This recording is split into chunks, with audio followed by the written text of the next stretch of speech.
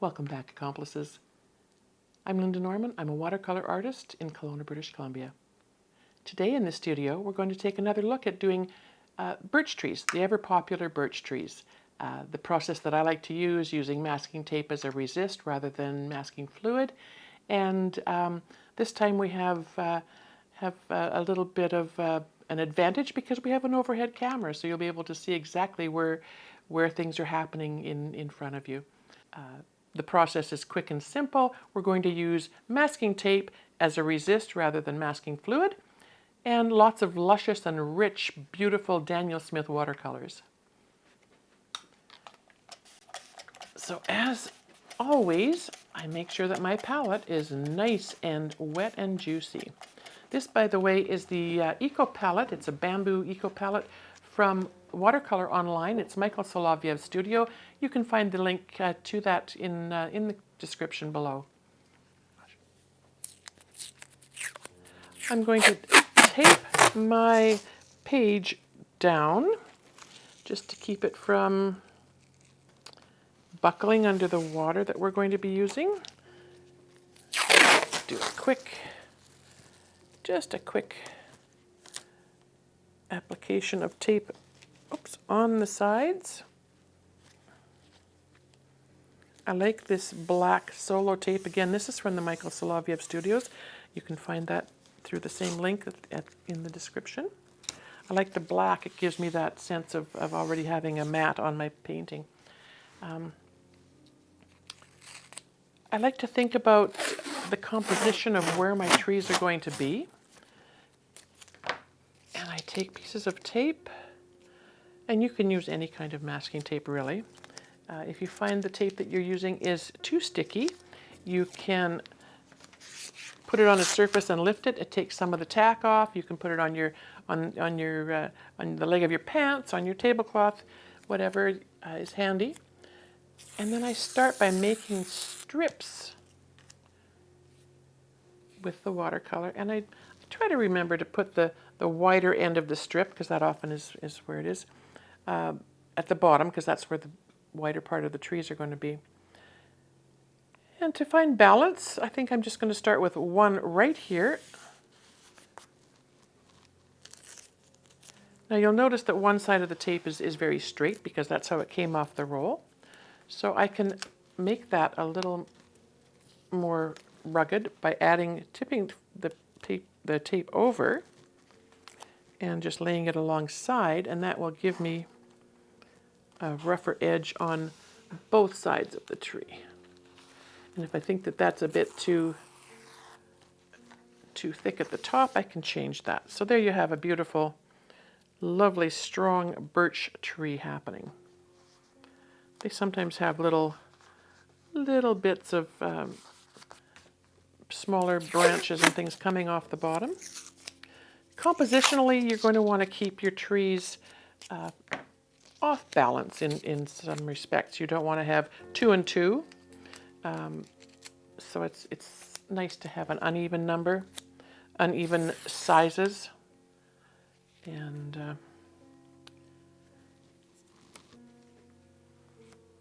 with these, if you rip them fairly thin, you can bend them. I don't worry too much that I, am getting these, put down too solidly on the page either, because what we're going to be doing is going to allow us to just make those edges a little organic looking as well. So I've just ripped the straight edge off of this piece, and I'm going to put these a little bit, this one up a little higher, so maybe we'll have a little embankment coming down here. I love to just sort of compose as I go. Don't give a lot of forethought. I guess what I do is observe a lot in nature and watch what happens when something strikes my fancy. Why do I like that? What is the composition? Where are things situated? And why does that appeal to me? And then I transpose that into what I do on my page. And nature, as I've said before, is perfectly imperfect. So there are so many variables, things that you can do. Be creative with your trees. These little pieces want to keep coming off this way, so I'm going to add this one on. This piece was kind of chopped off at the end, and I know that does happen in nature sometimes too. They break off abruptly, but I'm just going to add a piece that came off kind of thin at one end, and let that be a part of that tree. And we'll let this one come up there. And I think we'll make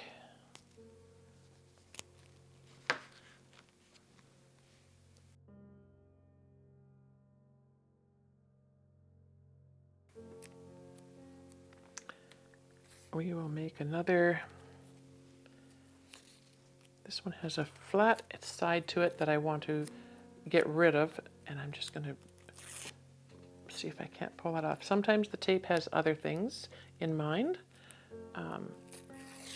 It's kind of the randomness that I appreciate sometimes.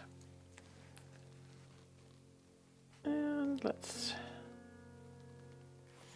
we'll make this tree rather thick. Actually, you know what? I think I want the thicker tree on the back part.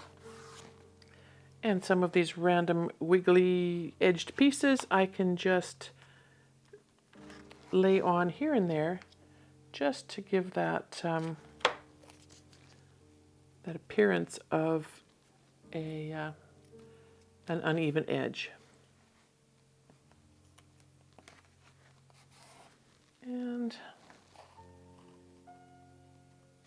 that one's too thin. We'll try a thinner one, or a thicker one there.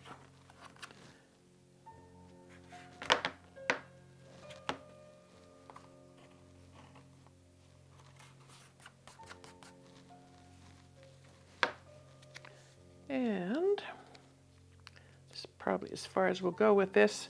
I think I kind of like the way it's lining up. I'm just going to make it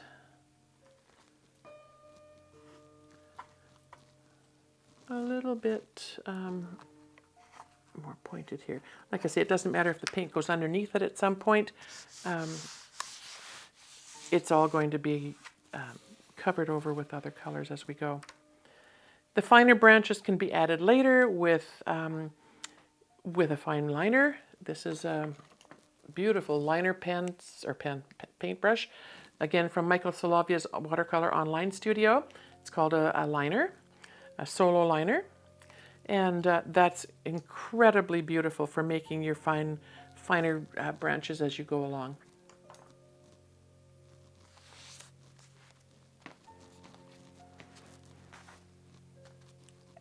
I like to start with the sky.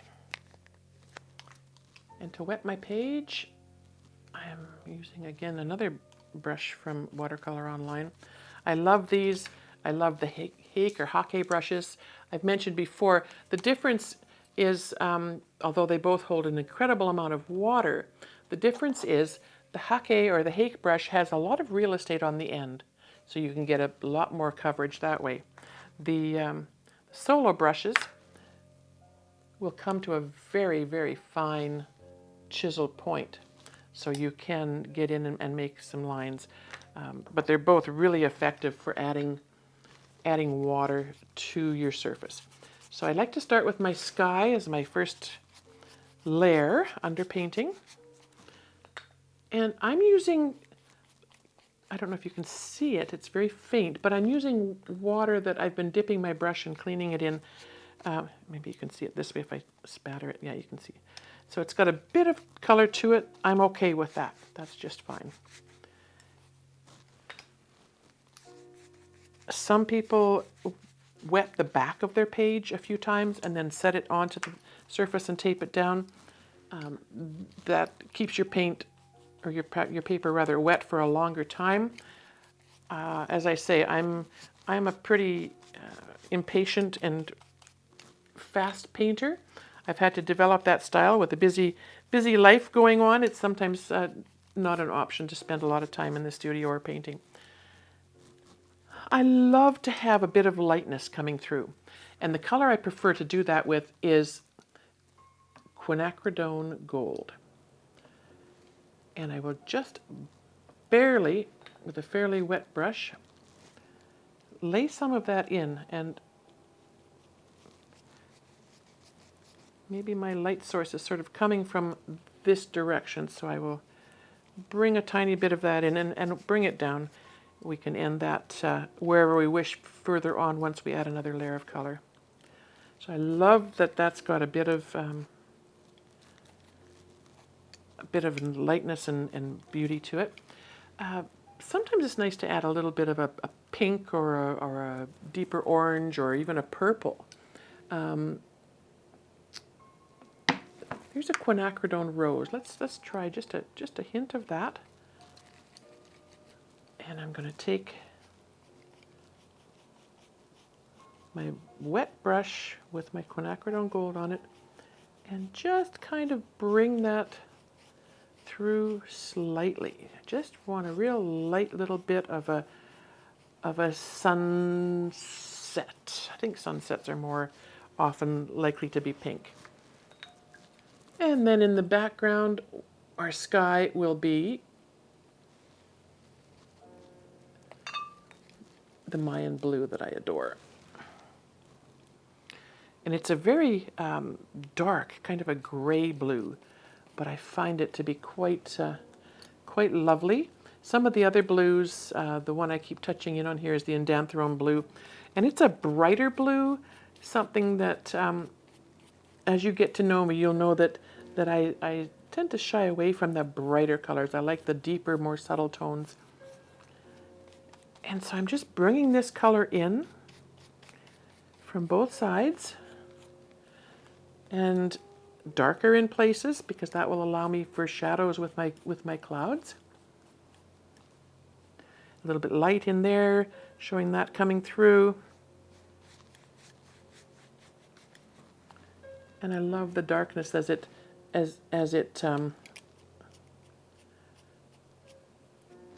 settles in. It gives you that lovely, rich shadow that you can put into your cloudscapes.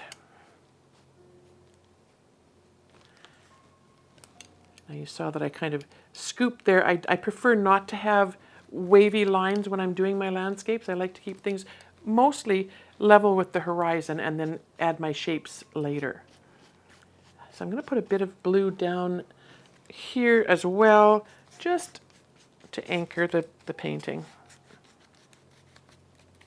Now you can see up above where the light is coming through. We've got a bit of my painting or my paper seems to have a flaw in it. I think it's a random dog hair possibly. I don't know. We'll take a look at that. Let's see if I can get that out of there. Okay, there we go. We'll cover that with some rocks and some shrubbery in a few minutes. So I know the paper towels on the microphone sound really crunchy, but they're not. They're a lovely soft paper towel. But I do like to scrunch them, give them a little bit of texture. You can see a bit of crinkling and wrinkling. And then I round them just slightly because I don't really want harsh edges on my clouds. And then I go in and just use this as a tool for shaping some of the clouds that maybe are coming through. Soften some of those edges. Someone had asked in one of the comments recently about blooms and how I avoid that. You can avoid that by keeping your paints consistent. If your painting is almost dry and you're going to add a lot of water to it with another application of paint, that paint is going to want to push itself out until it can't move any further. And so that's where you'll get those edges on it. If you are aware, and sometimes it just means having eyes on everything that's happening, then you can avoid those. If you happen to see a bloom happening, and it does happen often, we just sort of lose track of where things are headed, especially when there's a lot of water, if we're painting wet on wet. You can go in and soften those edges before they've dried if you can catch it. And this paper towel has a lot of the blue on it. I'm just with a very light touch going to feather the rest of it across, just to bring that subtle blue color. I'm barely touching. I'm just letting the edge of the paper towel sort of drag that through. And because it's still damp, those edges there will soften and diffuse a little bit. And I'm going to roll it and get a cleaner spot and just pick out a few more larger pieces there. Now the paint sometimes will show up in little droplets and pigments. I'm just going to bring the blue across that so that it's not so evident. And that, I think, will be it for the sky for the time being.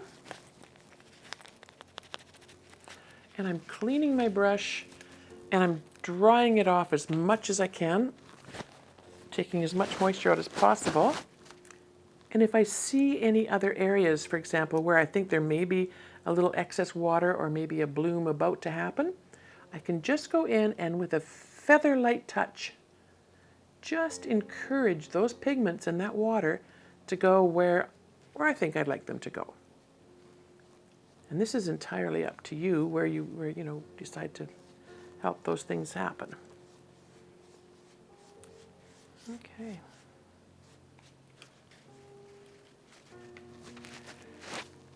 So keeping in mind the rule of thirds, we're probably about 2/3 here. So this is about where my landfall is going to come up in this embankment here. And then this one we can keep it lower, and we could turn this perhaps into a lake in the background. I can see where this could be encouraged to be a mountain area. And then we'll put a shoreline in here, and we'll have a little bit of a line across there where your horizon would be, and then the reflection showing in the lake a tiny bit. So for my shrubbery and my rock area, I'm just needing to wet my colors a little bit more. My favorite technique, getting this mountainside in, and a little bit over here.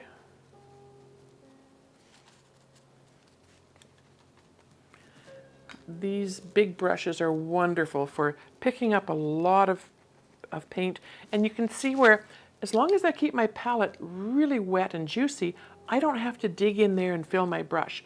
A simple touch with the tip of the brush will give me a beautiful load on the brush. And we'll put in a little bit more of the undersea green.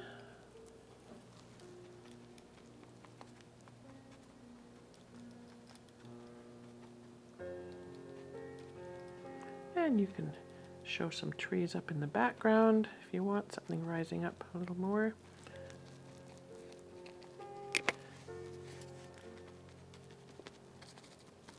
And once I get my green in, another one of my favorite tricks is to, oops, don't want that one. There's Quinacridone Gold and there's Quinacridone Deep Gold. They're both just equally as lovely. A lot of people use the Deep Gold for their skies and sunsets and things. So I've loaded my brush with a lot of water. I've picked up some of the Quinacridone Gold, and I'm just going to lay it in. And it's going to give me some, this is where I love the blooms. and they're just, you can allow them to happen, and they will be a great advantage to your painting.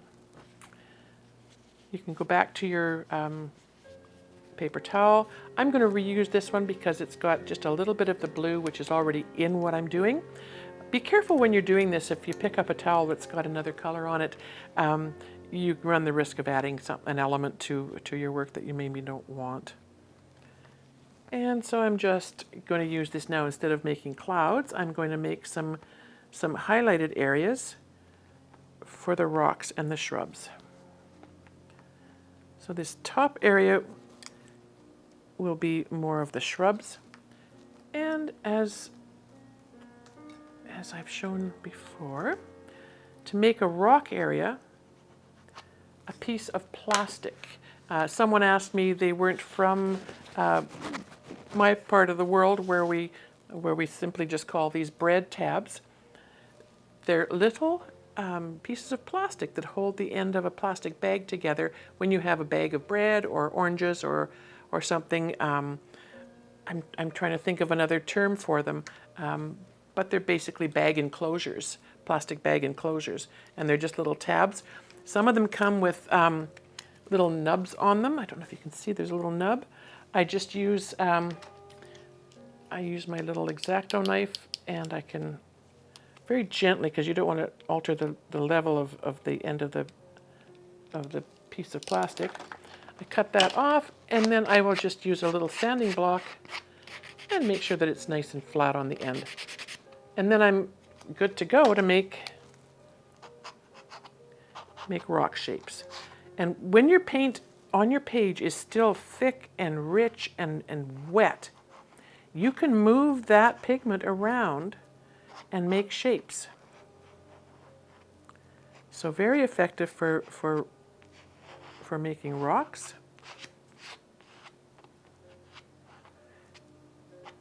Use your imagination. Keep them random and organic. And then we'll put a few more rocks maybe on this side.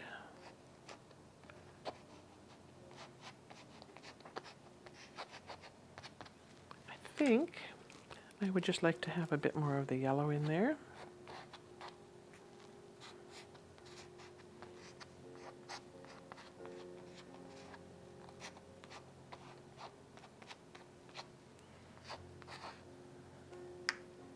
And there are our rocks. Raise that one up a little tiny bit so that it comes up more level with the trees. A bit more of a rocky surface.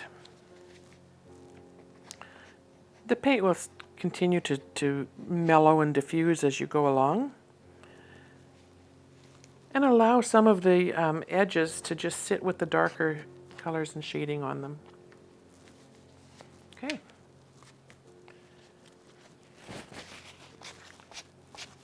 Now I've spattered a little bit on my surface here. A damp paper towel often is adequate to take out those lines. If it's not, then we can add a bit more color and try to smooth that off a little bit.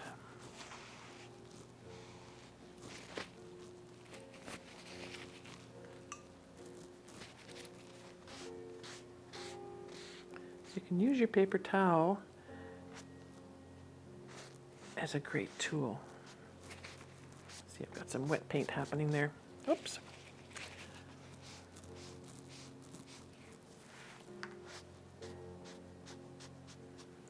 So all of these colors that are kind of appearing because I'm pulling them out from the edges can be used in the texture of the lake as we go along.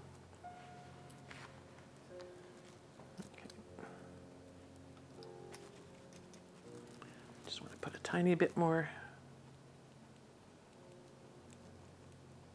texture now. This is the solo brush. Again, I'm not concerned that the end of my brush is not flat and even, because that gives me this beautiful textured bit for the shrubbery that I'm putting in. And so just a straight dab down on my surface of my palette with the color.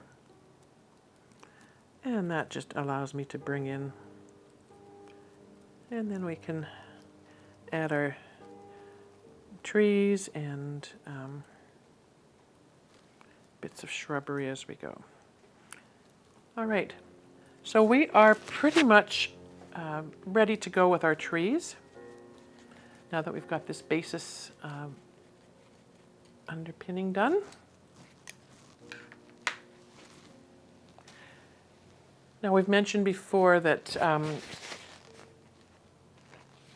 you have to be very cautious when you're removing your tape. And I see I've got lots of water on some of the tape. I'm just going to try to dab a tiny bit of that off so that it doesn't want to pull the paper up with it. And I don't mind dabbing a little bit in the background. You can see where I have dabbed, it allows that lifting of pigment that gives you that lightness that shows a bit of shadow and light play in your work. Right? All right. So when we lift our masking tape from our paint surface, paper surface rather, gentle and slow. The softer the paper, the more the glue from your tape is going to sort of attach itself to the paper.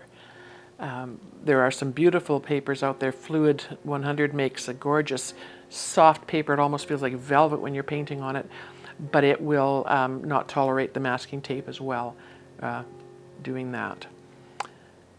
All right.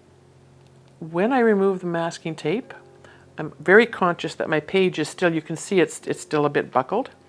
If I leave this on this, it's actually on a block, but I just taped it down to keep it secure on my surface. If I leave this till it's completely dry, it will flatten out on its own. And if it doesn't, if there are some areas, if you've used an excess amount of water, you can use an iron just to simply flatten your page. So the trick to the tape is keep your hand very close to your page without rubbing in through your wet paint, and pull to an angle as close to the surface as you can.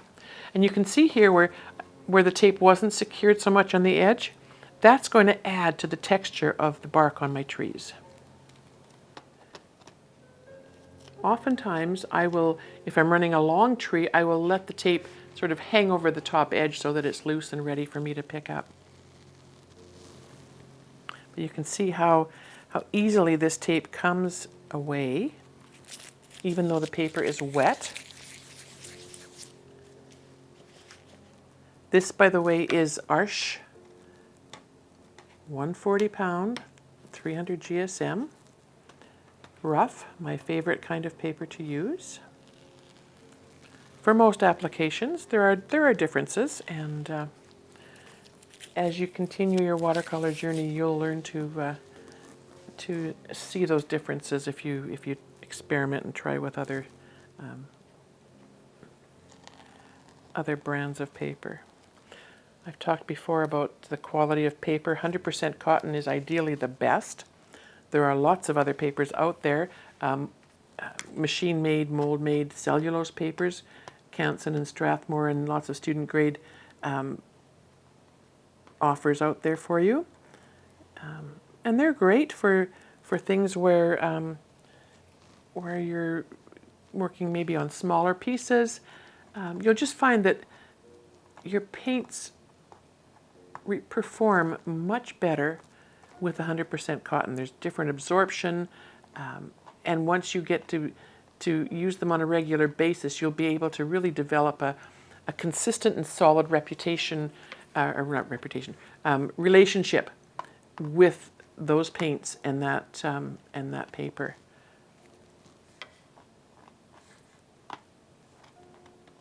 Sometimes it's hard to tell if that's paint or if that's, I think that's paint on there. Oh, no, that's a piece of tape. All right, I forgot I put that little piece in there. And, all right. So flat as you can to the surface, pull it low and slow.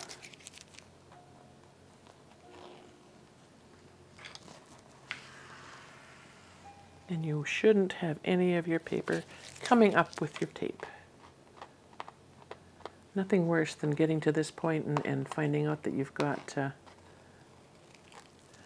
half of your paper lifting off, because the pigments will react much differently if you've taken the surface off your paper.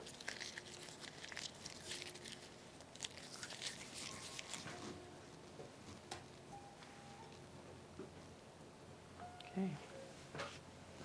So our palette is still wet and lovely and ready to go.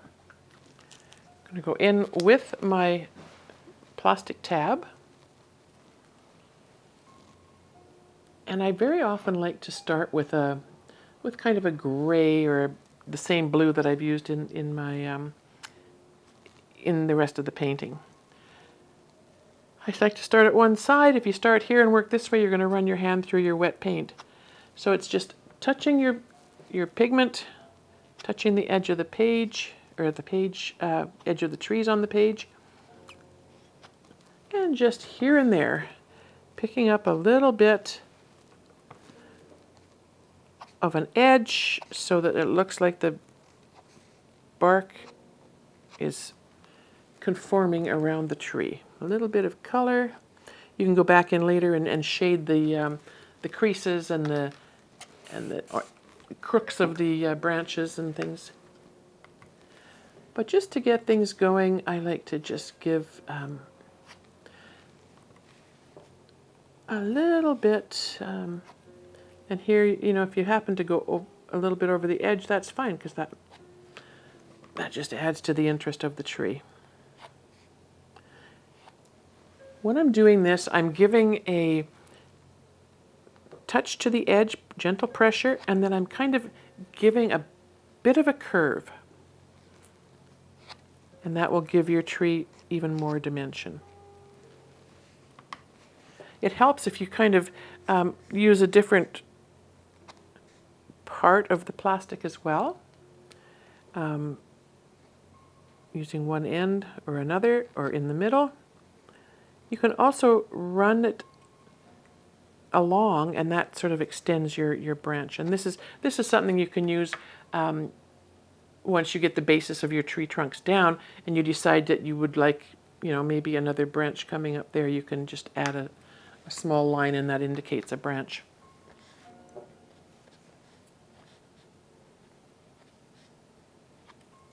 Where I've been, for example, here where it kind of bumped out, I probably would add another branch coming out from that bump. It just sort of lends itself to the right spot for that to happen, right? And where the branch is attached to the tree, I sometimes will come in a tiny bit into the tree. That will give you the dimension that you need there. And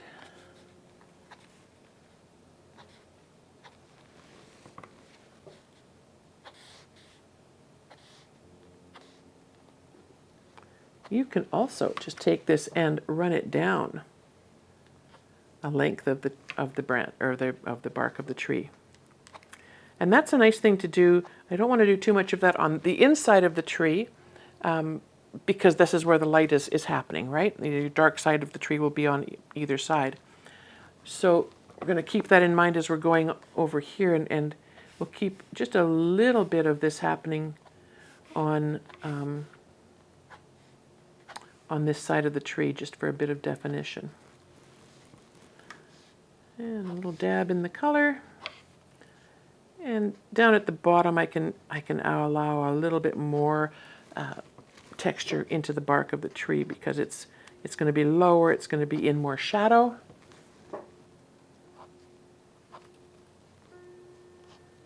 Okay. So now I've got my trees basically kind covered on that one side with the color that I want to use. Oops, more tape. Again, because I'm impatient and I don't have time to let it dry, I'm just going to turn this around and we're going to work on the other side.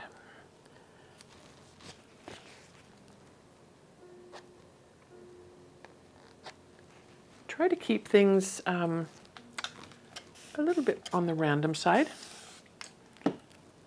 If you have both sides coming across equally and joining together in the middle, you're just going to get a striped tree. So we want to keep in mind that nature's, as much as it can be beautiful and uniform, it's also kind of random when things appear. So let's keep that in mind. So this is the dark side of these trees. So I'm going to add just a little bit more happening here. More of the dark color. And I'll bring some more from the bottom up.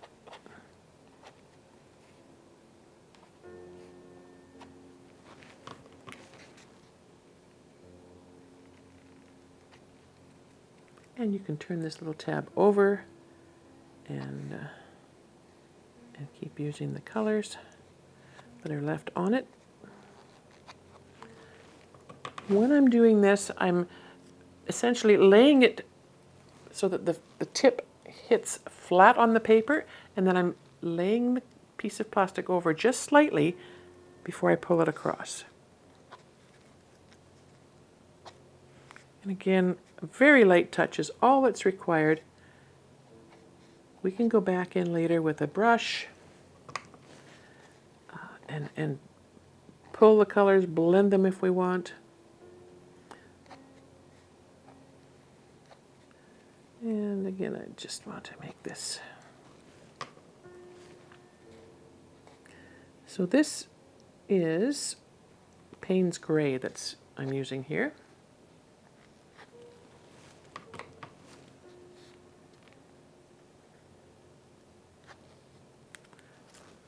And there's a little hair. That's one thing about the Hake brushes, is that they will lose a lot of hairs. And it just seems to be inherent with the product. I don't know how we can avoid that. And because this is the light side of the tree up here, I'm not going to want to do a whole lot of this color. Just enough to give a sense of the edge of those trunks. A little bit thicker at the bottom.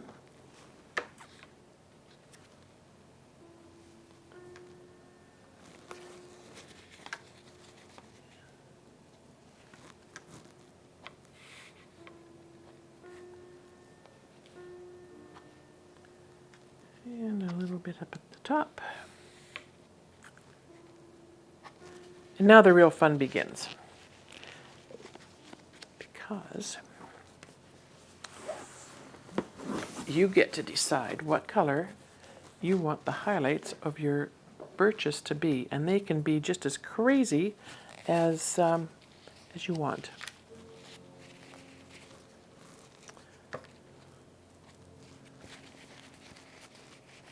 Now, because I've smudged a little bit here, I'm going to go back in with this little brush with a bit of the undersea green, and I'm just going to make that into a happy little tree there, right? To quote Bob Ross, a well-known oil painter. I wonder if he ever tried watercolor. Interesting to know. I'll bet he loved it if he did.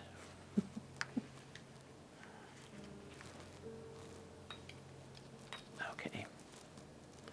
And just a touch of the blue.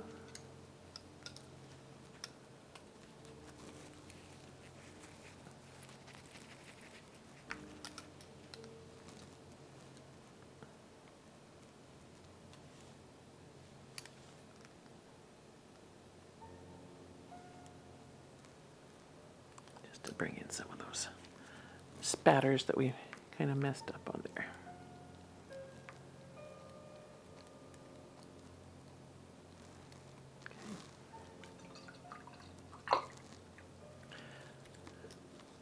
If you've been following me along, you know, of course, that some of my favorite colors are Quinacridone Gold, Mayan Dark Blue, Undersea Green, and Moon Glow. Now, Moon Glow is a fugitive color, which means it can fade over time. It's also a very granulating color, and it's made up of blues and pinks and gorgeous pigments that create the purpley, mellow, beautiful tones that show up.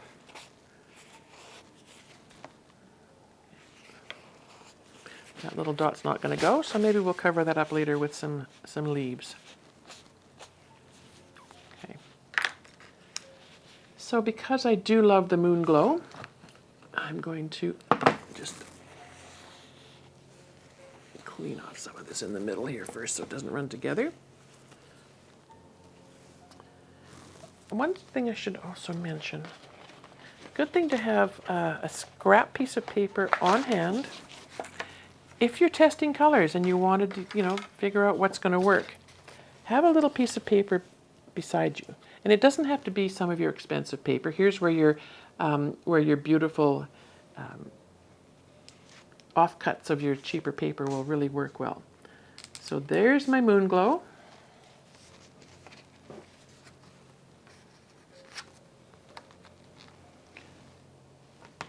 There's my Mayan Blue. There is my Undersea Green. These are very, very dark colors, but you will see if we test them out in a bit how they will work together. And if I put the Quinacridone Gold alongside them and even mixed in with them, you can see how gorgeous they kind of blend and run their textures together. We can also take a brush at some point and feather the colors together even more. Just a damp brush. And you can see here where the green and the gold are just coming together really beautifully. You can see where there's the purple and the gold, and when they come together, they give you this gorgeous, soft, purpley gray color that, you know, for the parts of a bark of a tree could be quite lovely. And there's some of the Mayan Dark Blue with the gold. So try them out, test, see what's going to appeal to you. So I'm going to go back to my plastic tab for now. And I think I'm going to do a bit of the Moon Glow. And again, it doesn't take much.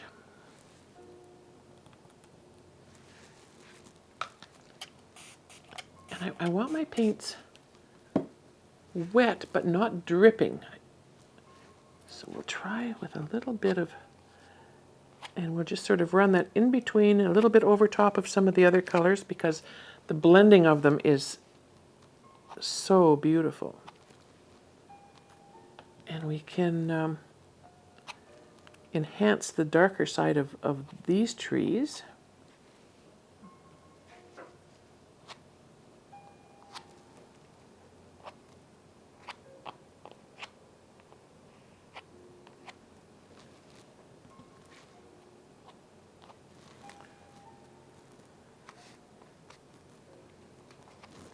Okay.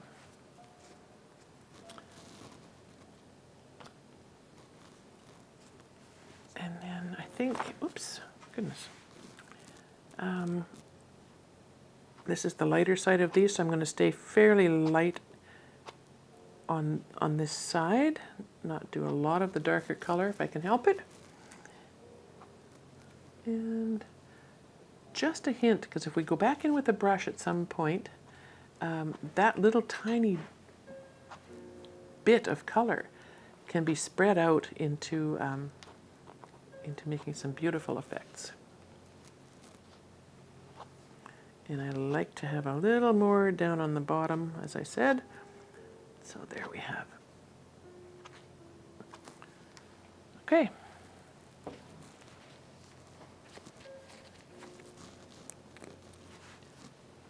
Just to show you the effect, I'm going to give you just an example of how the quinacridone gold, and if you lay it in fairly thick in some spots, that gold is spectacular. And it can give you a really gorgeous pop of color. And the birches are going to be the star of the show, right? So why not dress them up? Let them shine.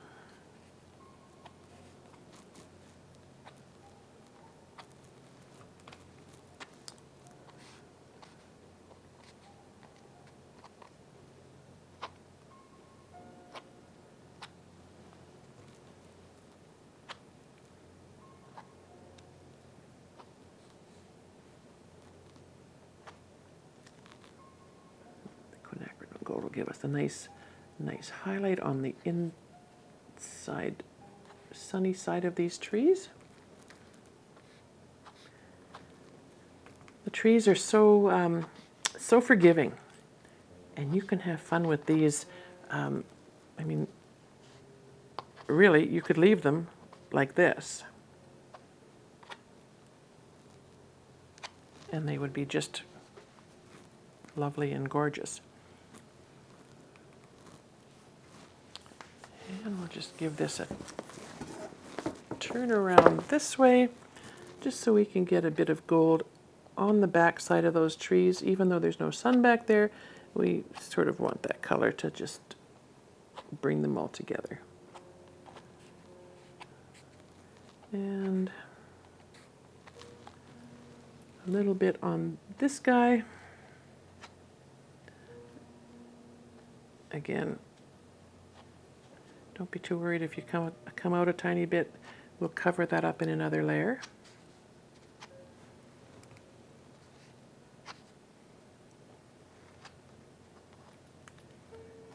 And I think that's probably enough for now.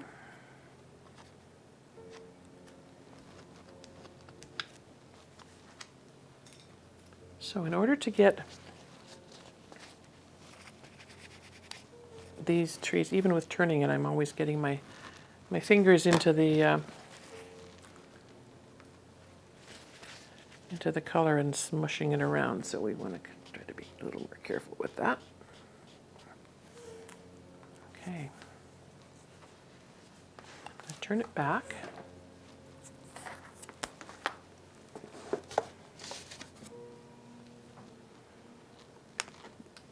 The brush that I find most effective for working the rest of the trees, now that we've set our plastic tab aside, is really an acrylic brush.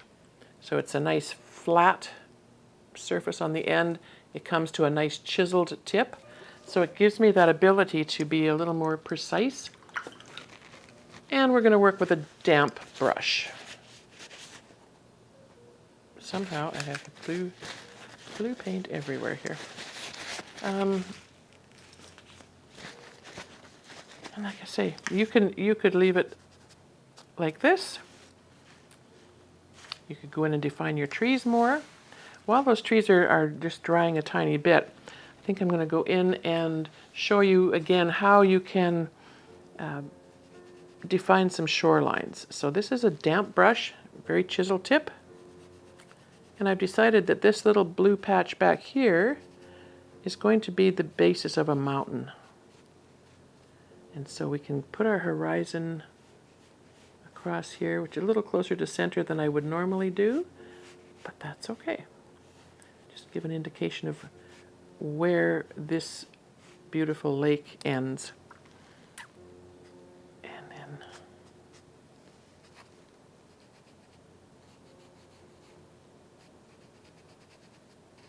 feather that down into your bottom color.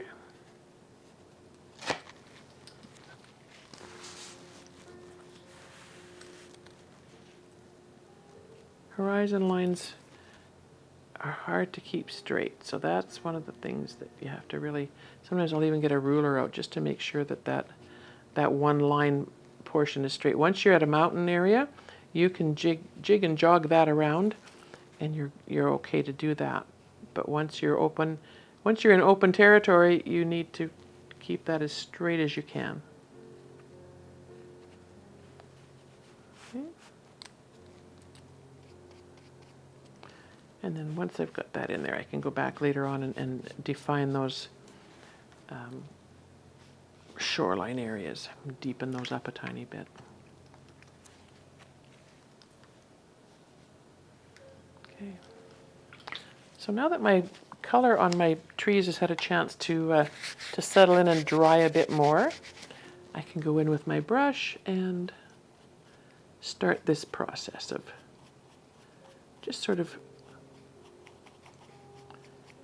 pulling the color into the tree a little bit, just so that I mean, white is important in watercolor, but you don't always want so much stark white. So in order to keep things a little softer, now that you've got these beautiful chunks of color all along the side, you can work to feather that through.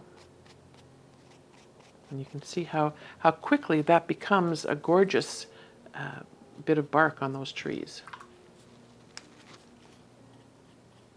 Pulling that dark right through into the... so we'll work on this side, and again, once I'm through with pulling the shadow side of the trees across the branches and the trunks, then we can flip it around and work from the other side and pull them across as well.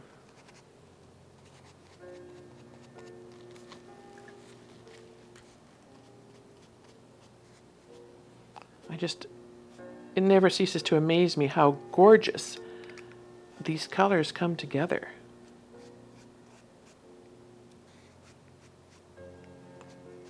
And like I say, you can use whatever colors you like. They're your trees, and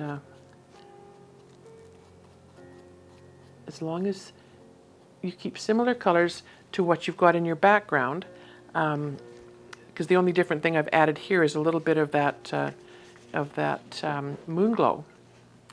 If I wanted to, I could even go in and, well, let's see what would happen if we went in and added a little bit of the Quinacridone rose. Where should we put some of that? I'm going to try that right there. See how that's going to work. Yes, look how gorgeous that is. Let's put a bit more up here just to continue the theme, and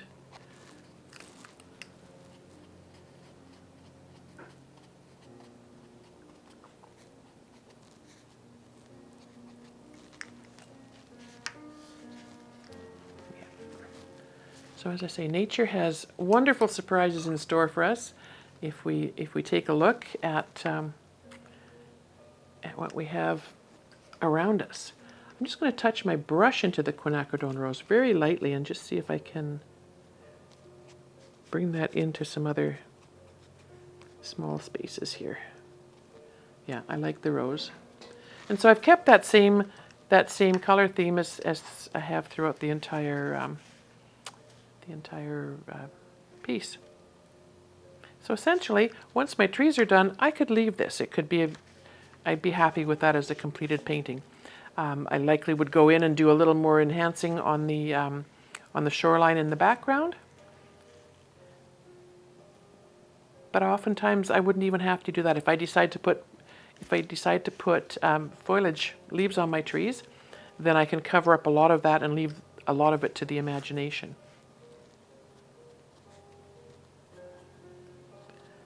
So again, just keeping a little bit of white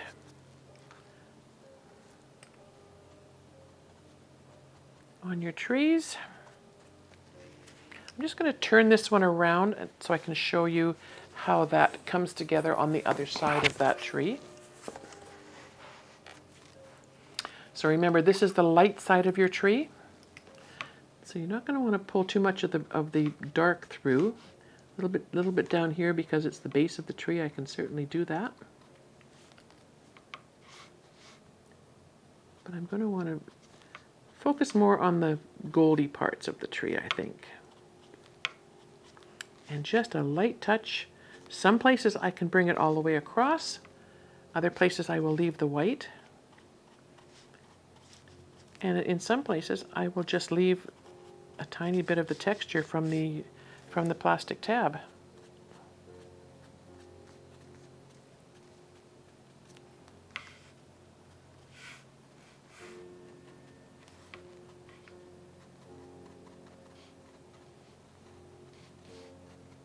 And that is basically how you want to finish these trees. I mean, you could fiddle for hours with them, right? But I kind of like that appearance, the white showing through the bark, and like if I wanted to put, well, let's go in with our solo liner and touch in our Mayan dark blue. That would be a nice thing to indicate with a little branch. Branches are kind of random. And then up here we started one with the bread tie. Well, let's continue it this way. Just nice and light.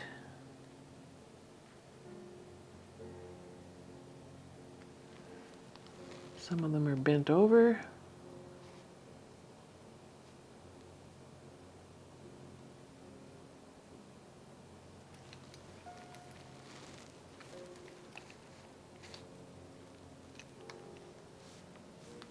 Let me see. I'm going to turn it back around just because it's... I have painted pictures completely upside down, but I think today I want to see what I'm doing as far as the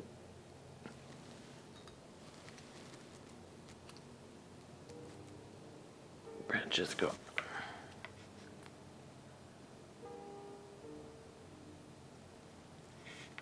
Give them kind of a random pattern.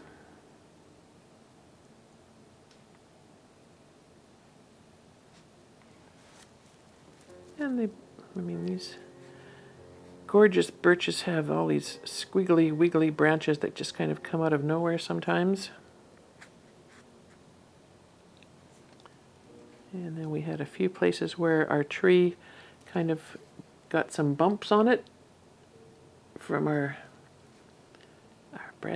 plastic tab. So we'll just add a few little pieces that come off of there.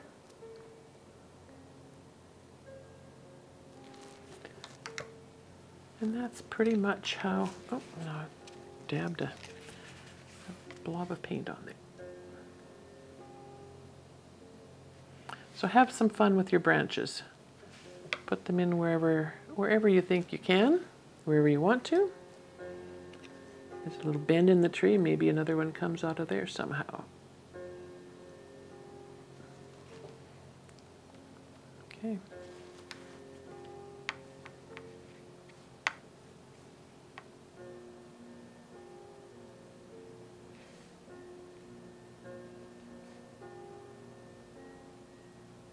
Just make that blob into a bit of a branch.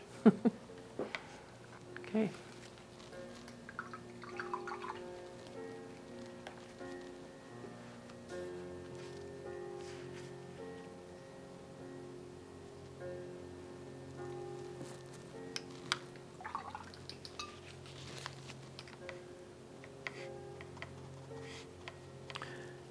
So it's entirely up to you to decide when you want to stop with your trees.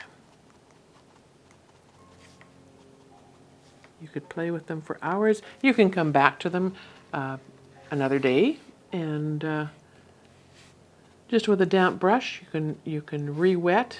It might take a bit longer to get the paints to move a little bit, but be patient. Just a bit of water on your brush. So dip the water in your, or paint in your brush in your water, and pull it out, give it a dab on a paper towel.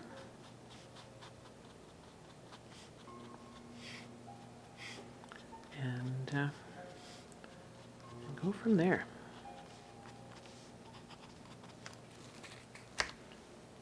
You see where we can put a bit of that pink in this side.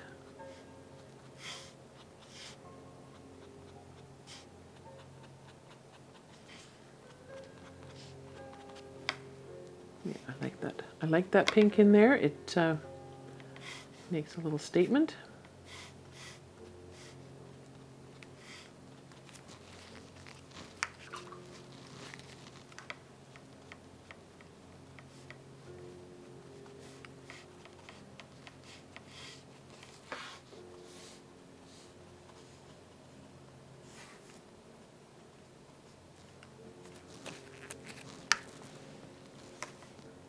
Put a bit of dark in there.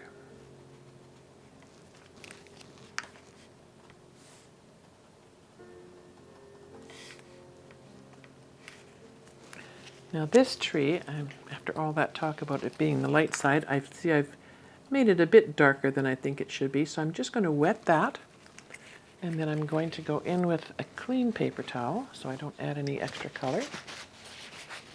And I'm just going to press and pull away some of that pigment. You can see if some of it's come up. Just add a bit of water. And pull up some pigment there. Makes it a bit lighter. And down in here too, we seem to have some kind of an issue going on. And we'll just pull that out a bit. This is called lifting. Most colors will lift nicely. Some are more staining than others and will be more difficult. You'll find that often your reds and your golds can be a challenge to lift, but it's amazing how some of the darkest colors even can lift out.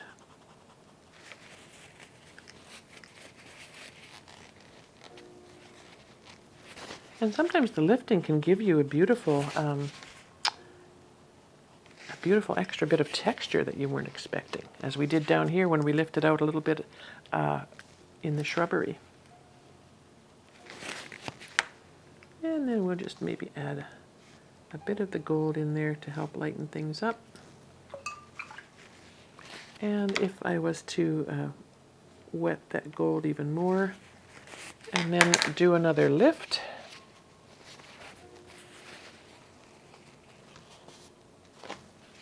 it should come up quite nicely.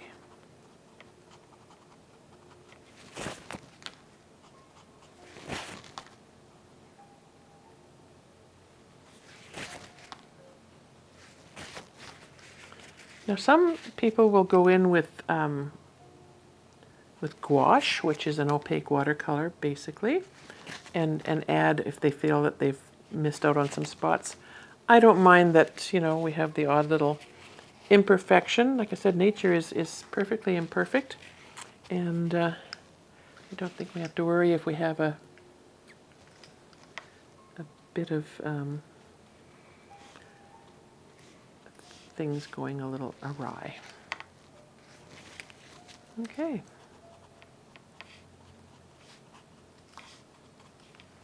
So there are your birch trees. Have some fun with them.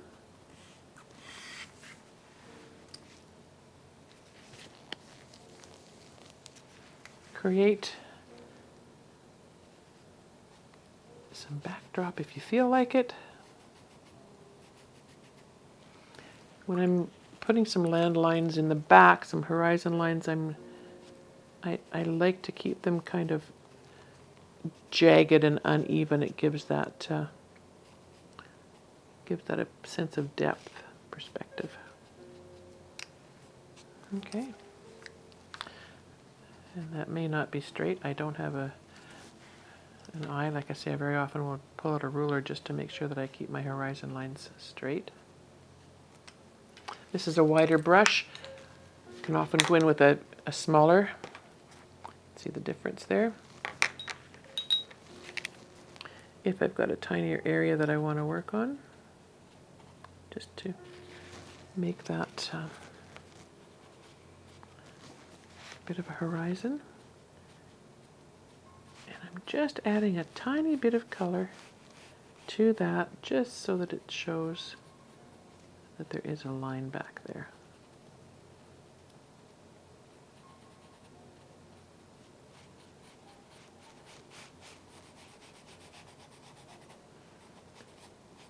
And you can pull them down, bring them down. Okay. Now, if you wanted to add some foliage that we talked about earlier, just to cover up some of the drips, I don't even know where I got this brush. I think it's a stencil brush. Yeah, doesn't really say on it, but it's got a nice sort of textured end to it.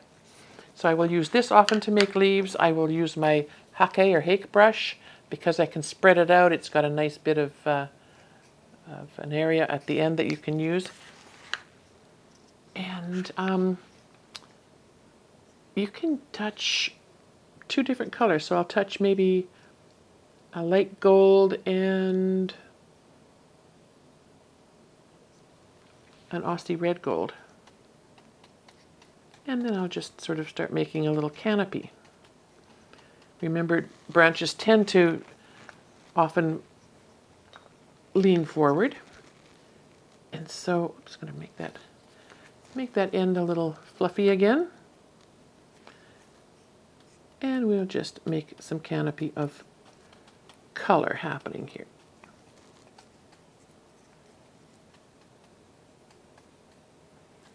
This is the gold. This will be the highlight on your leaves. So this will be the tops, for the most part, of each bough. And you don't have to be very prolific with your color either. It can be very light, airy. What you'll find also is that once you start having fun putting these gorgeous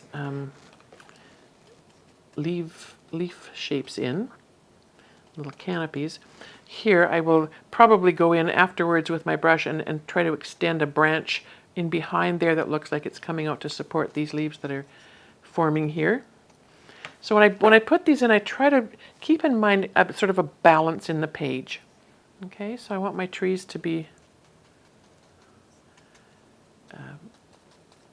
nice and even looking, balanced a little bit. I'd like to thank the Process Art Discovery audience for joining me today as we explore birches in watercolor. I hope you enjoy what you see. If you do, like and follow the channel.